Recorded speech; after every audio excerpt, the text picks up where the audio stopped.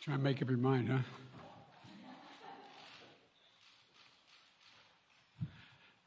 Well, good afternoon. Yesterday, Vladimir Putin recognized two regions of Ukraine as independent states. And he bizarrely asserted that these regions are no longer part of Ukraine and their sovereign territory. To put it simply, Russia just announced that it is carving out a big chunk of Ukraine. Last night, Putin authorized Russian forces to deploy into these regions. Today, he asserted that these regions are actually extend deeper than the two areas he recognized, claiming large areas currently under the jurisdiction of the Ukrainian government. He's setting up a rationale to take more territory by force, in my view. And if we listened to his speech last night, and many of you did, I know, he's setting up a rationale to go much further. This is the beginning of a Russian invasion of Ukraine, as he indicated and asked permission to be able to do from his Duma. So let's begin to, I'm going to begin to impose sanctions in response far beyond the steps we and our allies and partners implemented in 2014. And if Russia goes further with this invasion, we stand prepared to go further as with sanctions. Who in the Lord's name does Putin think gives him the right to declare new so-called countries on territory that belong to his neighbors? This is a flagrant violation of international law and it demands a firm response from the international community. Over the last few months, we've coordinated closely with our NATO allies and partners in Europe and around the world to prepare that response. We've said all along, and I've told Putin to his face more than a month ago, that we would act together. And the moment Russia moved against Ukraine, Russia has now undeniably moved against Ukraine by declaring these independent states. So today, I'm announcing the first tranche of sanctions to impose costs on Russia in response to their actions yesterday. These have been closely coordinated with our allies and partners and will continue to escalate sanctions if Russia escalates. We're implementing full blocking sanctions on two large Russian financial institutions, VEB and their military bank. We're implementing comprehensive sanctions on Russia's sovereign debt. That means we've cut off Russia's government from Western financing.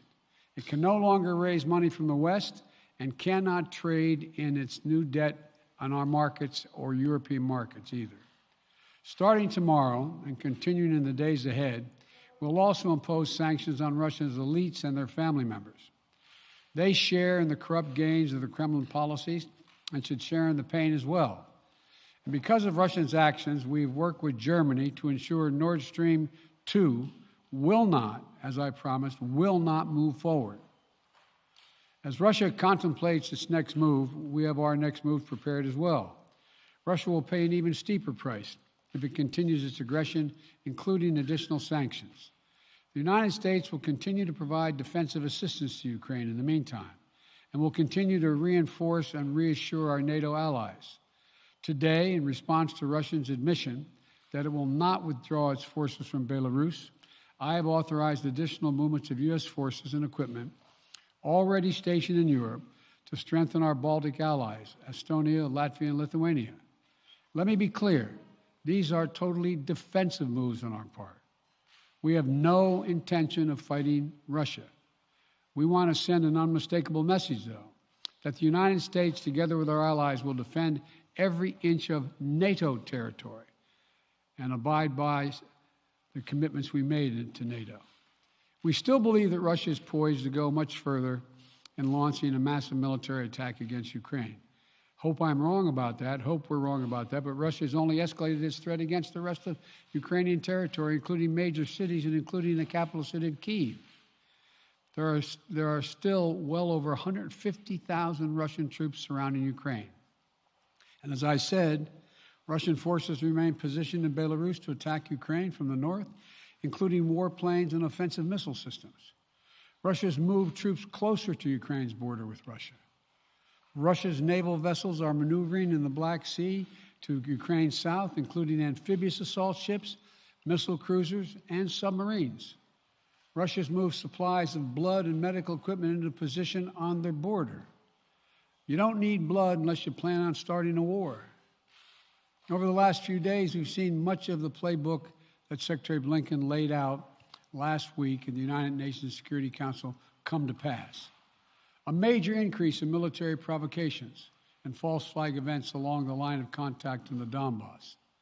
Dramatically staged, conveniently on-camera meeting of Putin's Security Council to grandstand for the Russian public. And now, political provocation of recognizing sovereign Ukrainian territory as so-called independent republics in clear violation, again, of international law. President Putin has sought authorization from the Russian parliament to use military force outside of Russian territory. And this set the stage for further pretexts of further provocations by Russia to try to justify further military action.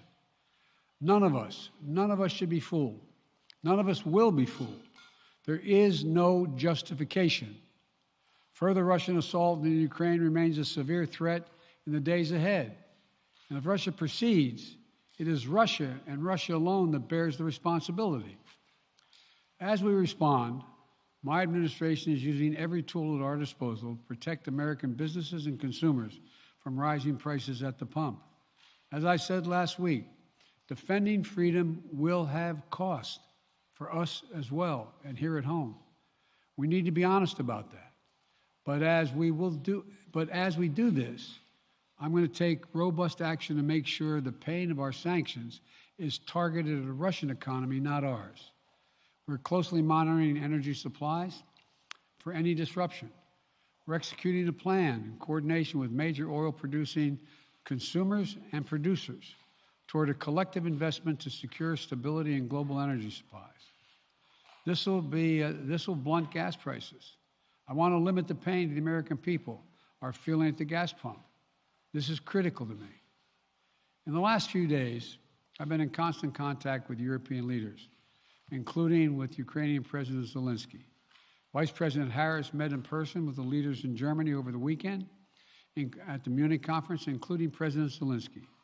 At every step, we have shown the United States and our allies and partners are working in unison, which he hasn't been counting on, Mr. Putin. We're united in our support of Ukraine. We are united in our opposition to Russian aggression. And we're united in our resolve to defend our NATO alliance. And we're united in our understanding of the urgency and seriousness of the threat Russia is making to global peace and stability. Yesterday, the world heard clearly the full extent of Vladimir Putin's twisted rewrite of history, going back more than a century, as he waxed eloquently, noting that, well, I'm not going to go into it, but nothing in Putin's lengthy remarks indicate any interest in pursuing real dialogue on European security in the year 2022. He directly attacked Ukraine's right to exist. He indirectly threatened territory formerly held by Russia, including nations that today are thriving democracies and members of NATO. He explicitly threatened war unless his extreme demands were met. And there is no question that Russia is the aggressor. So we're clear-eyed about the challenges we're facing. Nonetheless, there is still time to avert the worst-case scenario that will bring untold suffering to millions of people if they move as suggested. The United States and our allies and partners remain open to diplomacy if it is serious. When all is said and done, we're going to judge Russia by its actions, not its words. And whatever Russia does next, we're ready to respond with unity, clarity, and conviction. We'll probably have more to say about this as it moves on. I'm hoping diplomacy is still available. Thank you all very much. Sir, are you still open to meeting with Vladimir Putin, sir?